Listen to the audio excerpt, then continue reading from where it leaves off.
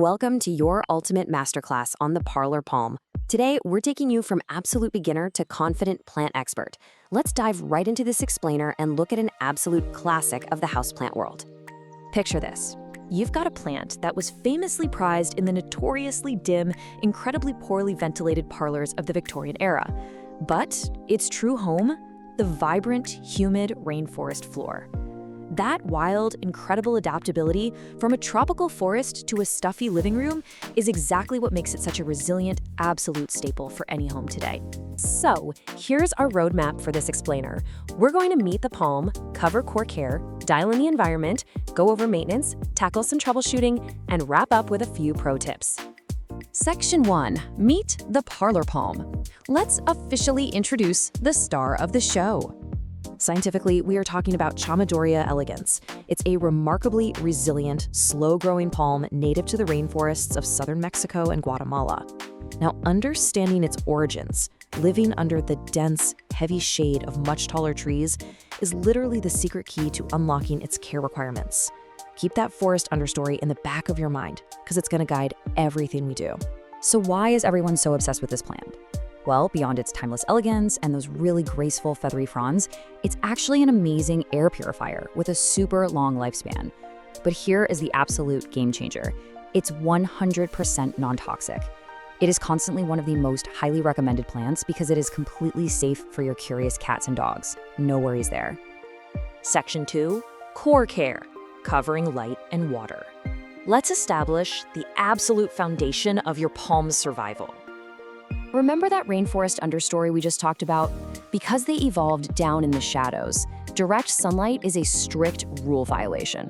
Direct, intense sunlight will quickly scorch those delicate fronds right up. So stick to bright, indirect spots. A north or east-facing window is basically perfection. They are incredibly forgiving with low light, but harsh rays? Total enemy. Now let's talk hydration. Your plant wants consistently moist soil without ever feeling soggy. And your plant will actually tell you what it needs. Yellowing leaves combined with damp soil, that points straight to overwatering. On the flip side, if you're seeing brown, crispy tips and really dull-looking foliage, you are likely underwatering. So how do we find that sweet spot? Well, this right here is your golden rule for hydration. Allow the top 1 to 2 inches of soil to completely dry out before watering again. When you do water, water it thoroughly until it drains out the bottom, but never, ever let the pot sit in a tray of excess water. Waterlogged soil leads to root rot, and root rot is fatal. Moving on to Section 3, the environment. Let's look at soil, feeding, and humidity. To prevent that fatal root rot we just warned about, you need a high-quality peat-based soil that drains effortlessly. And you can actually make it yourself with this simple DIY recipe. Just mix 2 parts peat moss or coco coir, 1 part standard all-purpose potting soil, and 1 part perlite. This creates a beautifully light, airy medium that holds just enough moisture without turning into a heavy, compacted brick. As for the climate in your room, they are pretty chill. They love average temperatures, right around 65 to 80 degrees Fahrenheit. They do appreciate a humidity boost from regular misting. Aim for 50% or higher if you can, but keep them away from cold winter drafts dropping below 50 degrees. Also, they are super light feeders. Don't go crazy with the fertilizer. 1 or 2 times during the spring and summer using a liquid food diluted to half strength is plenty. In the winter, skip feeding entirely. Section 4. Maintenance. Let's talk about potting, pruning, and propagation. Because these guys are incredibly slow growers, they actually prefer to be slightly pot-bound, so you only need to tackle repotting maybe every 2 to 3 years in the spring. Just follow a simple 4-step process. Crucially, step 1, never choose a pot more than 1 to 2 inches wider than the current one, or all that extra soil will hold way too much water. Gently slide it out, pop it in the new pot with your fresh peat mix, and give it a good drink. Okay, listen closely to this one because it's an absolute non-negotiable rule. When you're pruning away normal aging yellow or brown leaves at the base, you're totally fine, but never top prune your palm. Palms grow from a single central point called the crown. If you decide to chop off the top to try and make it shorter, you will literally kill the entire plant. Just don't do it. And what about making more plants?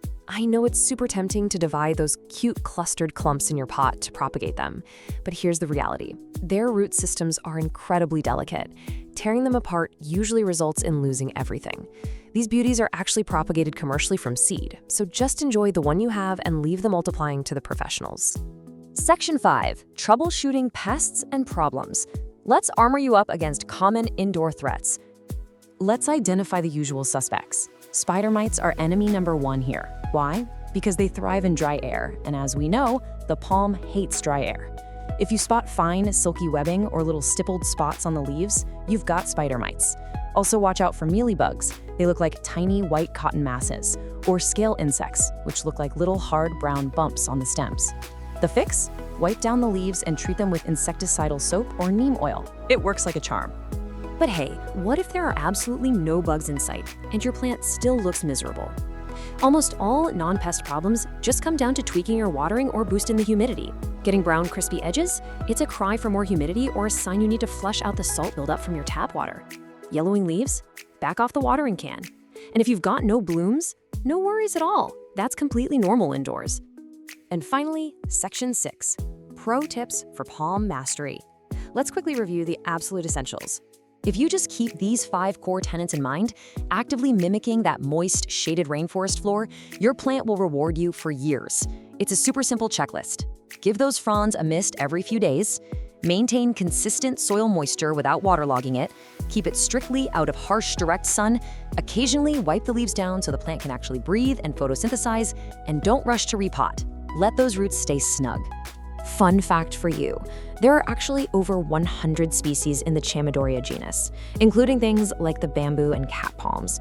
But you now know exactly why the elegans remains the undisputed champion of the indoor parlor. It is perfectly adapted to thrive right alongside us, bringing a literal piece of the tropical understory indoors. You're no longer a beginner, you're a confident expert. You know the exact light it needs, the perfect airy soil mix, and the secret to a properly moist environment. So take a look around your home right now. Where is that perfect, gently lit corner just waiting for a piece of the rainforest? Thanks so much for joining me for this explainer, and happy growing!